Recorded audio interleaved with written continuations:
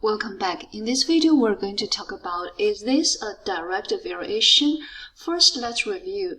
The form of direct variation is y equals kx, where k is a constant. And the graph of direct variation, we'll draw something really tiny here.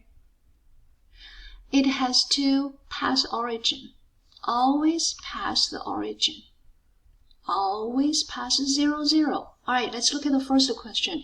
It says x is 4, y equals 4. Remember, the form is y equals kx. Let's do a little bit of work. I know some of you can spot immediately. We do a little bit of work here. Minus x each side. For y equals negative x plus 4. And divided by 4, divided by 4, divided by 4. We have y is negative 1/4 x plus 1.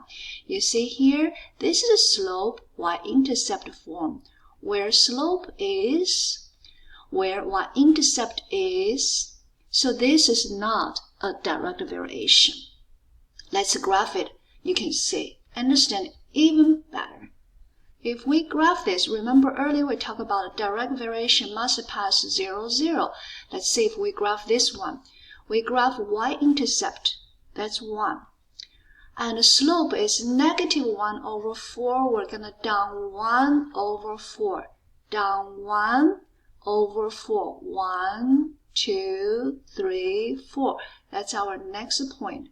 And then we're going to connect it. Oh, I missed a little bit. That's okay. But you can see it's not passing origin.